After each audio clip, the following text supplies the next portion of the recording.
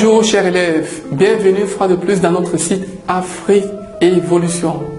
Alors, la dernière fois nous étudions, n'est-ce pas, comment déterminer l'accélération d'un mobile, mais celui-ci effectuant un mouvement de translation.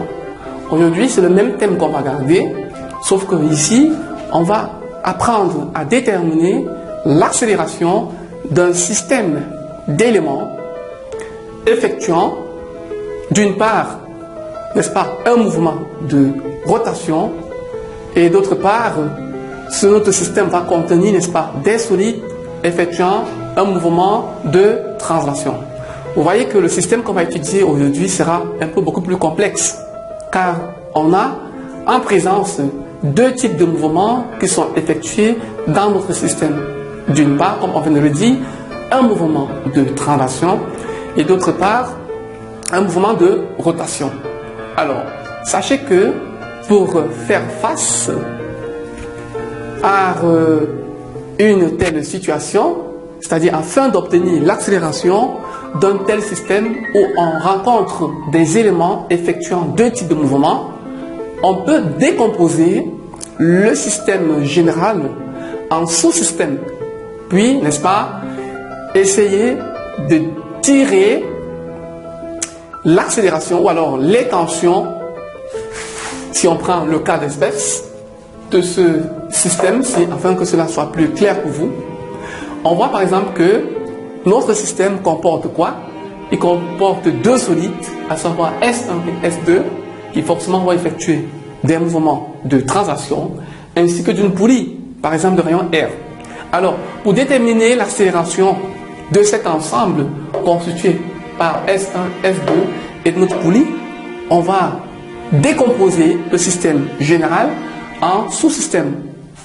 Puis, étudier chaque système de façon isolée. Après avoir fait cette étude de façon isolée des sous-systèmes, on va devoir égaler, n'est-ce pas, l'accélération issue de chaque sous-système. Bien évidemment, après avoir précisé certaines conditions qui font en sorte que cette égalité des tensions ou des accélérations, quant à moi, soit possible. Alors là, ça sera une démarche qui utilise le théorème du centre d'inertie. À la prochaine vidéo, nous allons vous montrer comment on peut faire le même travail, mais en utilisant cette fois le théorème de l'énergie cinétique. Alors, lançons-nous, chers élèves, à cette première phase de détermination de l'accélération d'un système complexe en utilisant le théorème du centre d'inertie. Alors, comme nous avons dit, la première chose, si notre système à étudier est celui-ci, S1, la poulie et S2, on va d'abord représenter les forces extérieures appliquées à chaque sous-système. Alors le système 1, qui lui est constitué de S1, possède comme force extérieure, n'est-ce pas, la réaction de ce plan, que nous appelons par exemple le grand R. Voilà.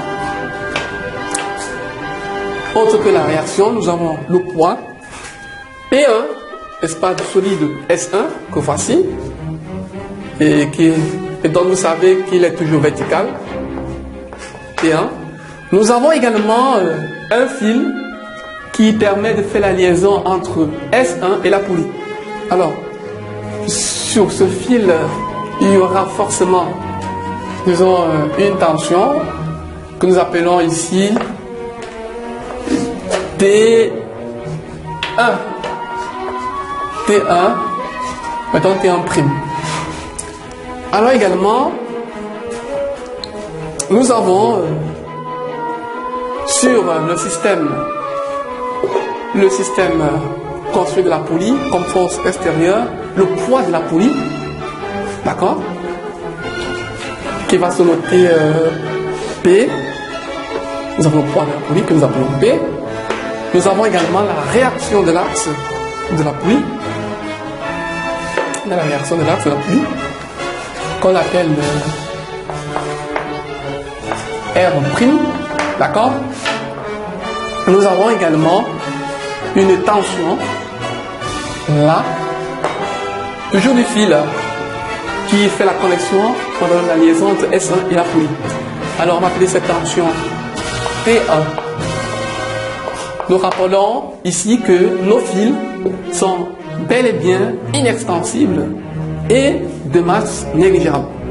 C'est une condition très importante dans la détermination de l'accélération d'un système compliqué, voire complexe comme celui-ci. Alors, dans notre système constitué de S2, on a également comme force extérieure forcément le poids P2 du solide S2. En dehors de ce poids, nous avons également une tension là que nous notons P2'. Et nous avons également là, en provenance de la poulie, la tension P2. Voilà, nous avons ainsi représenté les différentes forces extérieures appliquées à nos différents sous-systèmes. On va donc maintenant procéder à l'étude de chaque sous-système. Alors, le premier sous-système, celui constitué de solide S1, on va écrire étude du système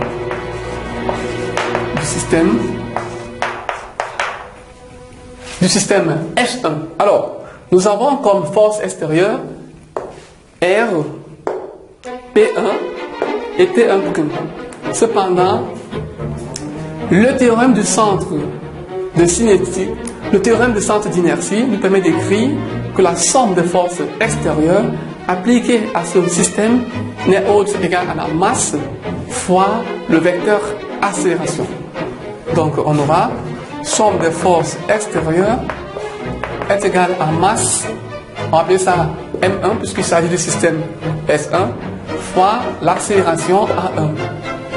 Alors comme somme vectorielle, nous avons comme force extérieure P1 plus R plus T1 prime, le tout égal à M1 A1. Alors, nous allons supposer qu'à l'instant initial, n'est-ce pas, notre mobile se met en rotation suivant ce sens. Voilà. Je crois que c'est tout à fait logique. C'est tout à fait logique, car des solides connectés de cette façon-ci ne sauraient gravir, c'est-à-dire faire une rotation dans le sens, n'est-ce pas, direct des aiguilles d'une montre.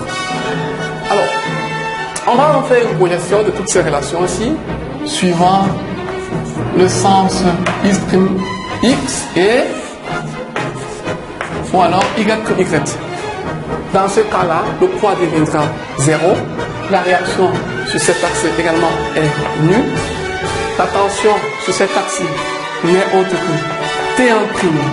Tout ceci sera égal à M1 fois A1. D'accord?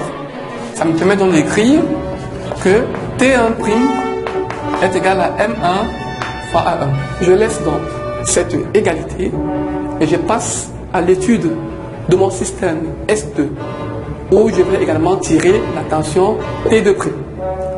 Alors, que donne l'étude du système S2?